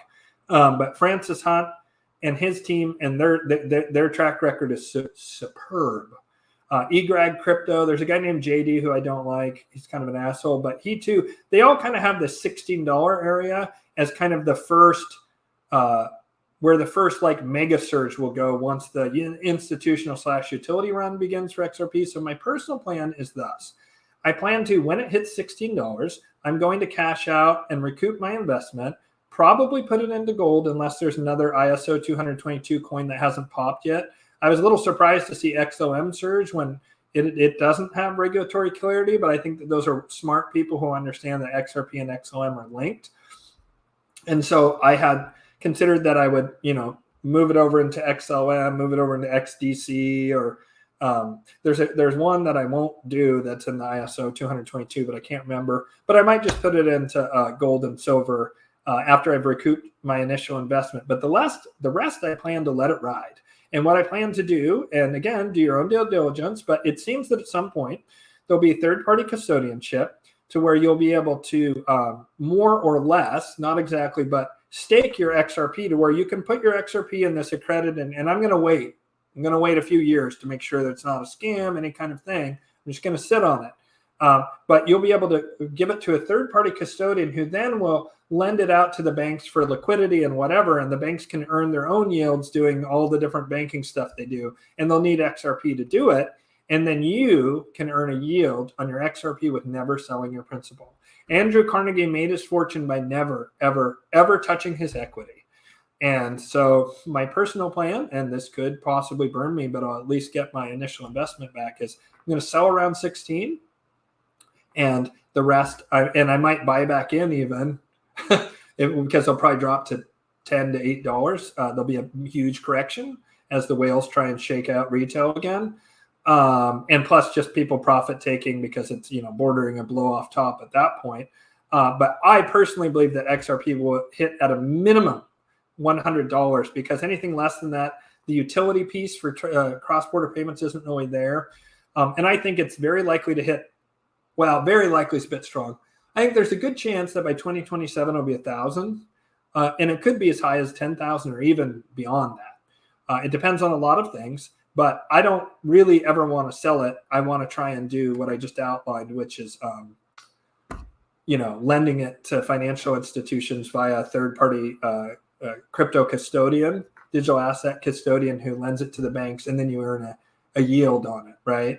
That's the way rich people make money. I might also do this. Another thing rich people do that is really intriguing is you have an asset like XRP, you can take a loan out on that XRP, right? And you get it at whatever interest rate with the banks. And of course, you want to be careful with this. I'm not a financial advisor.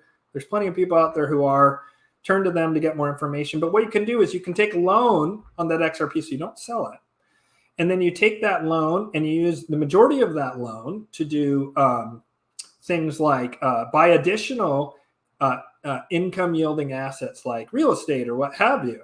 And the thing is when you take out a loan, it's not taxed. Whereas if you sell your XRP, that's taxed up the ass, right? So you want to consider, anyways, that is another possibility. Is taking out a loan with the XRP as your what do you call it? Not principal. What do they call that? Darn it, I can't think what it's called. The thing that the bank takes it if you aren't good on the loan. I can't remember what that's called. Anyways, and then you use that to buy yet more assets that will give you a yield that you can then pay off the loan. Of course, you want to be careful with that, because if you fuck up, then they take your XRP. So that's one of the things I'm toying with. That one I need to learn more about before I do it. But those are just some ways that you can deal with it. And people, I'm sure, are going to ask, well, when are you going to sell XRP? And the answer is $16. I'll sell some, a very small amount, I might add. All right, Shanjack says, good morning. Hey, what's up? Any special meeting 589? Already covered that. What up, you beautiful bunch? What up, Truth Shadow? Chaos Ronan or Koyos Ronan, much love. Heard you on Tinfoil Hat. Awesome. Love your name, by the way. Ronan is the wandering samurai. Awesome. Beep. I'm just going to call you Beep, buddy. It's a tongue twister. Plans are already happening regardless by bigger powers. So just front run, trade off their plans, and then try to build towards a better world. Exactly. Similar to watching Nancy Pelosi stock trades. Yes, but instead of for evil, for good. Thank you. Thank you. Yeah, this whole vow of poverty mentality is just going to play right into the hands of the Luciferians and Molochians. Make money where you can, people. I mean, again, you do need to find like where that line in the sand lies for you. Like I know I can make a ton of money buying, a Northrop Grumman or whatever. I'm not going to do it. They're merchants of death. I'm just not going to do it. I'm never going to invest in pharmaceutical companies. I'm never going to invest in GMO companies. There's lines for me, and everyone has their own moral, ethical line. I feel okay with this because it's already coming into being. And also, I think it's this Luciferian Trojan horse. If I didn't feel that way, I don't know. Maybe I wouldn't invest in it, but I do. Evolution, don't stand on bipedal legs, man. Yeah, fair enough. I'm not, I'm a creationist ultimately in that it could be that both creationism and Darwinism are correct, and that what it is that an intelligence, the God intelligence, guides evolution. But I actually am of the opinion that it's possible that species, not where a human can observe it, right? If a tree falls over and no one's there to hear it, doesn't make a sound, blah, blah, blah. That same mentality. But it could be that species just pop into existence in the morphogenic field. I don't know. It's possible. I'm agnostic about that. I tend to think evolution, as Darwin said it, is probably incorrect. Please share what's the best safe way to buy XRP, advice on wallets, etc. How do you do it in a secure way so we're not screwed over? Oh, this is a big one. Well, first of all, you don't want to have it on exchanges. So you want to buy it, and as soon as you can, move it off the exchange. It's relisted on Coinbase. It's super easy to buy now. So you can buy it on Coinbase, which is a very reputable one. I bought a lot on Uphold, and before I found Uphold, I spent a lot of time on a more dubious site, which shall remain nameless, and that's how I got my initial XRP. But you definitely want to take it, transfer it off the exchanges, because the exchanges could go up at any time, be seized because they're doing whatever money laundering thing or whatever trumped up excuse they make to seize the assets. I feel the same way about custodial gold and silver like Sprott. I mean, that's like, if I was a government, that'd be the first thing I take is these big, gold and silver bullion storehouses, right? Because you get a ton of gold with just one action, right? And the same thing is true with XRP and Exxon and all these assets. I don't recommend trading them. I don't recommend trying to call bottoms and tops. Like, that's a great way to just get ruined. Taking calculated profits, like I described earlier, is probably wise. But what you want to do is transfer them to a cold wallet, which is where it's offline and it's a physical wallet where you have to like interface with the computer and the wallet at the same time, and you remove it from your it's not on your computer, it's not on exchange, it's actually on the XRP ledger, but in order to access it you need that physical cold wallet device. I don't know what to recommend anymore about cold wallets because in particular the Nano, I think it's Nano Ledger. Dang, what is it called? I forget what it's called, but one of them is called Nano something or other. But the main one that everybody has had a massive security vulnerability. And so do your own due diligence on what cold wallet to use. Let me look real quick. I've had Versan Algera from Black Swan Capitalist. If you want more information on crypto and finance, Black Swan Capitalist and Market Sniper are two that I highly, highly recommend. Top shelf stuff. Versan sent me a text a while ago. We talk sometimes. I'm going to see what he said because I got spooked when some of the cold wallets had vulnerabilities shown, and I just wanted to get his take on that. And he gave me another wallet. Again, you do your own due diligence. I'm not a financial advisor, blah, blah, blah, blah. Don't sue me kind of stuff. Let's see here. And be an adult and take responsibility for yourself. Not you, Mihailo, but I mean, people who do that kind of shit is ridiculous. Let's see. What did he say?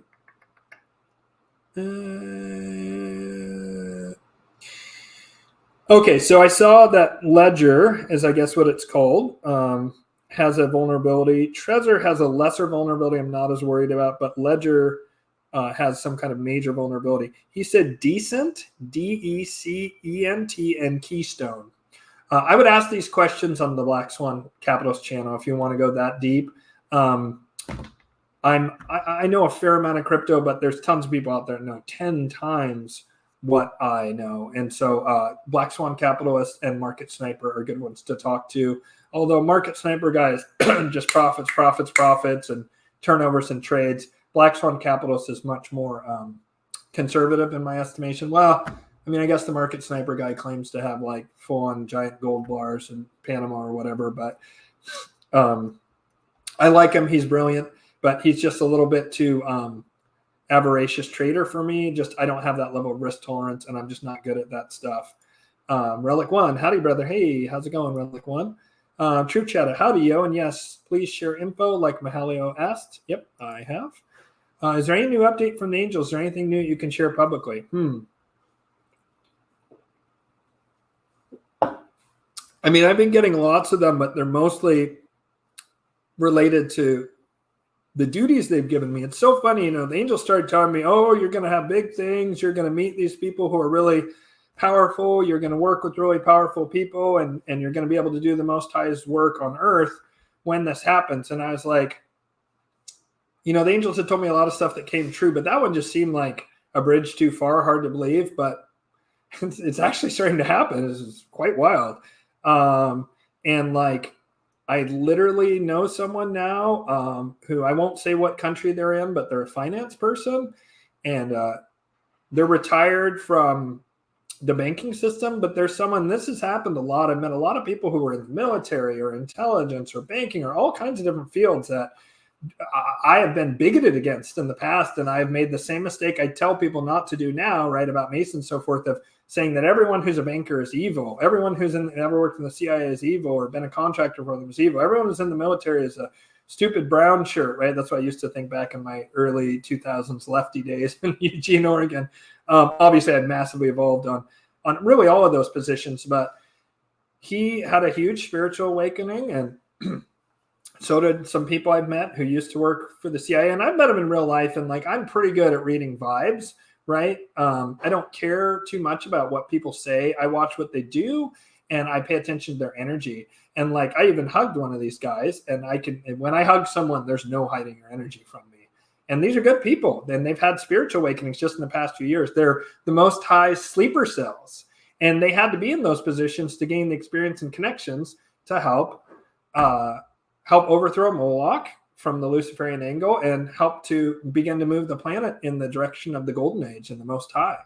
And so I now know someone who at one point in time, I won't say in what country, I have to keep this person's identity. I have tremendous respect for this man, and he is a great and wonderful human being. I love this man, who was literally moving like $5 trillion with a T, $5 trillion a day. And so I alluded to this on my Tinfoil Hat podcast, and I'll say it again. I'm sorry that I have to be kind of vague and mysterious about this, but there are other forces at work in the world, Frodo, than just the will of evil. And I'm having miraculous things happen in my life that at some point in time I'll be able to share, but I can't right now until certain things are in place. But yeah, so do I have any update from the angels on like where things are going currently? I kind of don't. They did clarify for me. I sort of misunderstood what they said, and I had to go back and listen to myself say it, because sometimes my recall isn't as good as my notes or recordings at the time. And so what the angels told me was there would be a crash in the fall, or banking failure in the fall before the election, or it would happen in the spring, right? And then sure enough, SVB and all that stuff happened. So I had interpreted that initially to mean that would be a big collapse of the economy, right? And they kind of made it sound like that, especially in the fall scenario before the election scenario. But what they actually said is it's a temporal marker. It's a marker in time, meaning that we're now in a window of very rapidly accelerating events. And since of that banking crisis, we've had the UFO things gone nuts. BRICS gold-backed currency. We now have regulatory clarity on XRP, which is much bigger than most people understand. And there's been all sorts of geopolitical tensions have ramped up. The Ukraine-Russia thing continues to grind away. Like, now we have new members of NATO. Then we just had India kind of like go against the rest of the BRICS on the gold-backed currencies. And so we're in the mix now, folks. Like, this is it. Like, this is now the swan song of the Kali Yuga. And every day I wake up and there isn't like mass chaos in the streets, I'm kind of like, well, I guess we'll see what happens. But there is going to be, in the not too distant future now, we're in the mix. There's going to be like temporary issues with supply chains. When I say temporary, I mean they could last weeks, months, or fingers crossed, not years. There could be things to do with, the UFO file, as Daniel List on Dark Journalist calls it, right? Like fake alien invasion, whatever. There's going to be major exogenous black swan type events that are going to start going boom, boom, boom, boom, boom. And I suspect it's going to start happening just before or after this BRICS gold-backed currency thing rolls out in August. I mean, that one is also unbelievably huge. People really don't understand what a tectonic shift that is. So they haven't given me a new update to share with people. But I also have been a little derelict in my duties of specifically channeling the virtues. They want me to do it on Fridays in the Venus hour. And Friday is like, I'm done with my work week and I just kind of want to zone out. And so I've forgotten it a few times. But every time I have communed with them, it's been mostly personal stuff because of things that that I need to do in my personal and professional life to just help the planet. And so, short answer, extremely long, no, I don't have anything really new to share other than to clarify that the banking collapse thing was not really a banking collapse. It was that when banks start failing, that's a temporal marker, meaning a marker in time that now you're in it. We're out of the eye of the storm, and we're now in the early stages of the storm of, the unraveling of the final end of the Kali Yuga and the Luciferian Molochian shadow war could go semi-hot, not like a huge armed conflict, I don't think, although I do believe there'll be an increase in regional proxy wars like soon. I would suspect probably in Central Asia in particular, also possibly in Africa. I mean, that's already ongoing, but those could all heat up. There's going to be financial collapse is a certainty. Will it happen this fall? I don't know. It seems likely. I'm really, really, really, really curious who they're going to replace Biden with to see who runs. My great fear is that it would be Big Mike, Michelle Obama, right? That's scary because that is a credible narrative to allow yet another legitimate election to occur. I'll leave it at that. What do you see happening with Bitcoin and Ethereum in this transition? Well, the way I'm parking my money is I'm not touching either one. I think Ethereum is almost certainly going to go down in one way or another. I don't like, I can't stand Vitalik Buterin and Joseph Lubin and the consensus people, the disguised whales, ETHgate. Digital asset investor is a good person to follow. He's done a ton of work on ETHgate. He gets a little bit hyped up at times, and also you got to watch him on about 1.5 speed because he has a slow southern drawl, but he's very smart. He's done all sorts of work on ETHgate, and ETHgate is essentially that Ethereum is a CCP and JP Morgan thing. So yeah, it's an electric universe, absolutely. And unfortunately, my friend who I was going to work on, he work on an electric universe theory show. I'm going to have to find someone else because his life has completely exploded on him, poor man. And David, if you're listening, much love, brother, and I hope things get better for you soon. Cardano will be big in my opinion. I actually agree. I think it'll be the smart contract platform, although the hooks thing allows him to do it on the XRP ledger, so it's possible that he'll be cut out and that they'll just do it over the XRP ledger because XRP is definitely the center. Do you think the price of gold will rise? Oh, God, yeah. Well, what? Yes.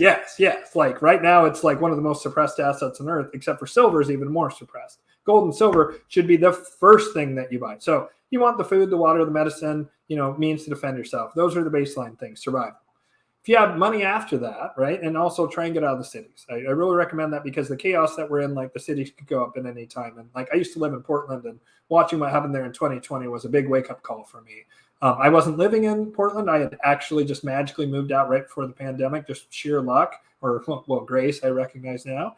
But if you can move out of cities, move out of suburbs, try to get at least semi-rural, if not straight up rural. If you can't do that and you just want investment advice, yes, gold and silver should be your foundation. Should be your foundation. And they're going to, let's see, gold's at 2,000. Gold's going to like 25x is kind of my bare minimum target is 50 grand an ounce for gold. And it's likely to skyrocket soon because of this BRICS announcement. So yeah, get it right now. Don't do custodianship, for the love of God. Don't do gold ETFs unless you're just in and out taking profits. Physical gold held in hand. If you don't hold it, you don't own it. Much like if you don't have the keys to your crypto, it ain't your crypto. All right. I do have to go soon, folks. Let's see here. Don't forget a break-even stop loss if you're not long-term investing. Just some generic advice and do your own analysis. Use your own intuition. But big green dildos make me nervous, LOL. Yeah, I mean, sure. That wasn't a blow off top. There was a healthy correction immediately in XRP. It hit, I think, 91 cents. And right now it's at 71 cents. The former resistance was 68 cents. So now it's going to base off 68 cents. It dipped just below that on a wick and then immediately regained 68 cents. As long as we don't lose, I think it's 58 cents becomes pretty important. And anything is possible. They're going to do everything they can to shake out retail. I just recommend don't trade shit. Just buy and hold long term. I think if you buy and hold XRP for a few years, you'll be very happy. Not a financial advisor, yada, yada, yada. I hate how you have to say this shit, but yeah, not a financial advisor, do your own due diligence. If you want trading advice, Market Sniper is the guy. Francis Hunt. Like, that's the guy that I would recommend. Let's see, 2 million Bitcoin is over 80 billion Canadian. Yeah. See, imagine that Satoshi wallets come online and he dumps 100,000 Bitcoin would destroy the market. 2 million would annihilate it. ETFs equal paper and control. Absolutely. It's bullshit shell game. It's a way of offloading Bitcoin onto retail, in my opinion. UAP, new words equal new rules is my feeling. Yeah, exactly. Good Ethereans I've heard, the more we anticipate their moves, the easier it will be to call BS when they snap the ball. Exactly. The real fight is for a right to party. Thank you. Finally, someone has finally come to the most important core issue of our time, which is you've got to fight for your right to party. Nice little Beastie Boys shout out. Thank you, Relic. I used to love the Beastie Boys when I was a kid. The first time I ever called up a radio station, I was in like second grade, I think.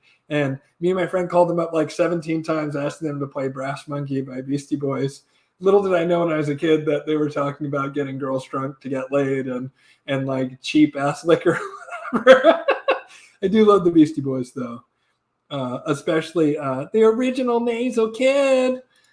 Yeah, all right, let's see. The top-down wokeness agenda feels too on the nose, feels like it's intended to provoke permanent immunity. I'm not sure what you mean about that, but for sure, top-down wokeness agenda is evil, no doubt about it. If that's what you meant, then I agree. I'm not sure what you mean by provoke permanent immunity.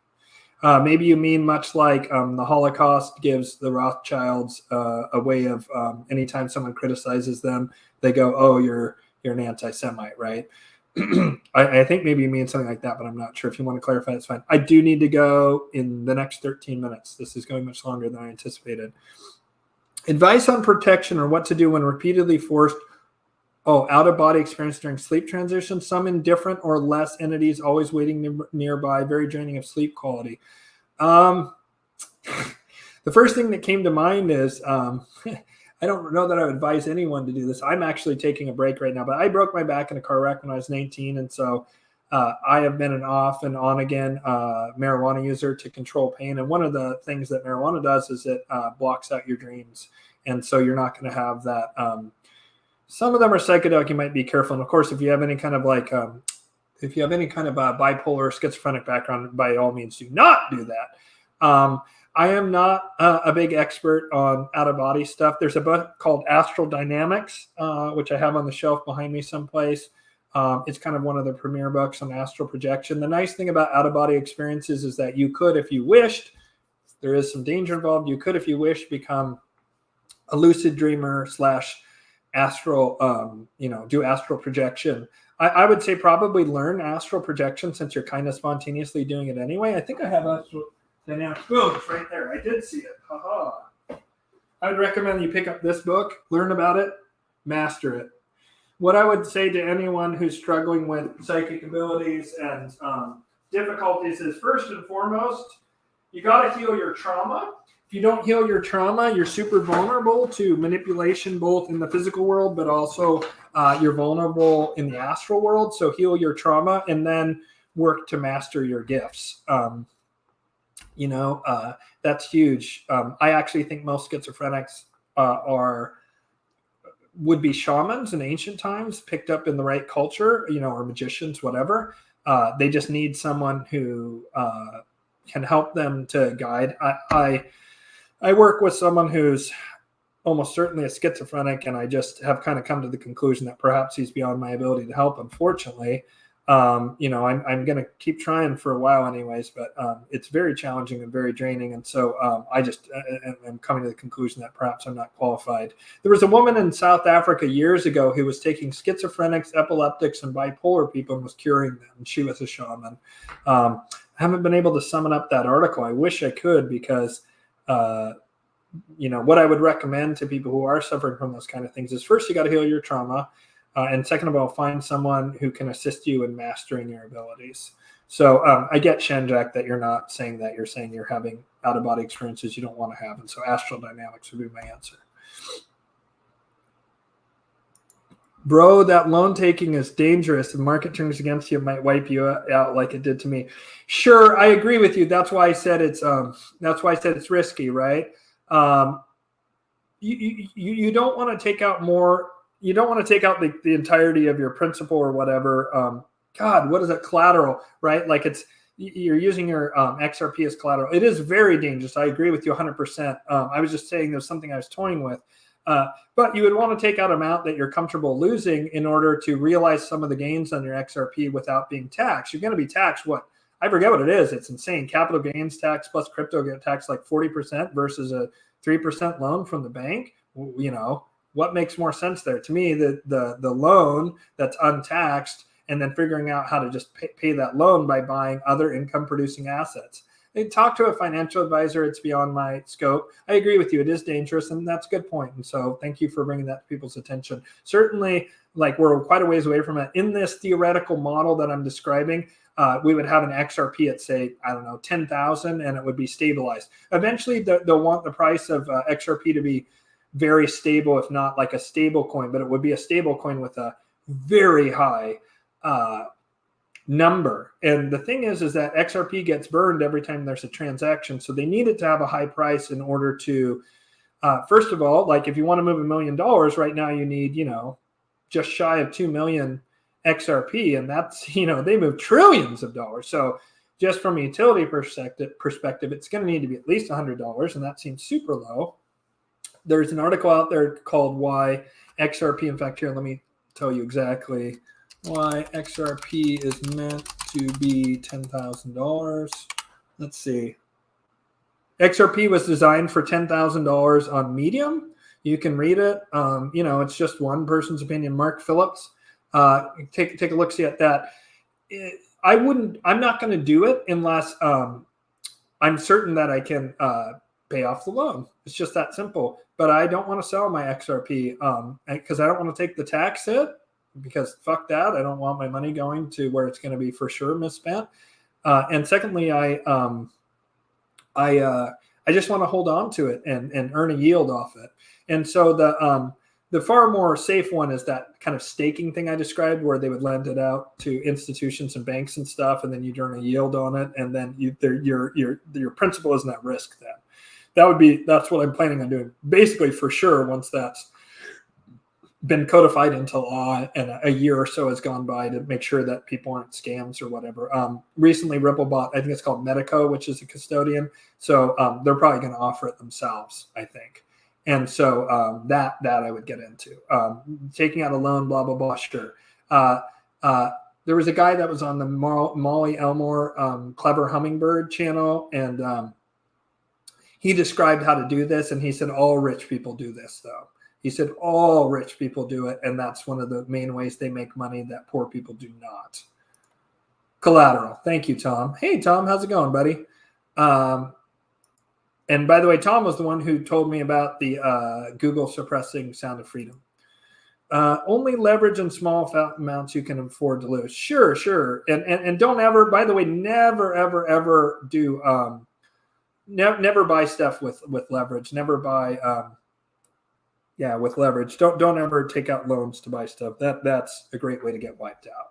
And I'm not suggesting that at all. That wasn't what I was suggesting at all, if that's what you thought.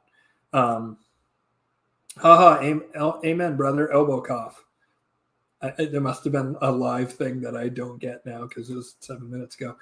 What do you think will happen with probably the thing I said about the up and up election, maybe. What do you think will happen with the actual value of money to buy things? Can we even calculate how much buying power we will have with XRP or gold when recession depression hits? Well, it's going to be higher than it would be if you stayed in dollar. That said, there's a very good chance that the dollar skyrockets before it tanks utterly.